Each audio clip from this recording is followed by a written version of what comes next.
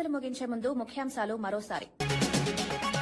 Gas సరఫరాపై సమీక్ష నిర్వహించిన మంత్రి ఉత్తమ్. రాష్ట్రంలో గ్యాస్ సరఫరాలో ఇబ్బందులు లేవన్న మంత్రి. రోజుకు 2.15 లక్షల గ్యాస్ సిలిండర్ల సరఫరా. గ్యాస్ సరఫరా వ్యవస్థపై ప్రత్యేక కమిటీల ఏర్పాటు.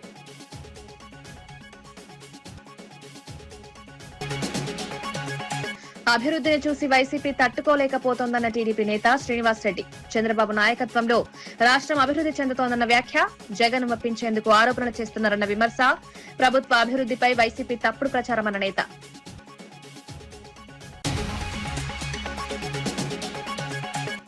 మూసీ ప్రాజెక్టు ఖర్చుపై ప్రశ్నించిన ఎమ్మెల్సీ కవిత. 6 నెలల్లో ప్రాజెక్టు వ్యయం ఎలా పెరిగిందని ప్రశ్న. డీపీఆర్ లేకుండా ప్రాజెక్టుకు ముందుకు ఎలా అన్న ప్రశ్న. మురుగునీటి సమస్య పరిష్కారం లేక ప్రాజెక్టు వ్యర్థమన్న కవిత. గ్యాస్ సిలిండర్ కోసం అనంతపురంలో ప్రజల అవస్థలు. గ్యాస్ ఏజెన్సీల వద్ద భారీ క్యూలతో ఇబ్బందులు పడుతున్న ప్రజలు. గ్యాస్ సరఫరా సమస్యలపై ప్రభుత్వం చర్యలు తీసుకోవాలని డిమాండ్. సిలిండర్ కోసం గంటల తరబడి క్యూలో నిలబడుతున్న ప్రజలు.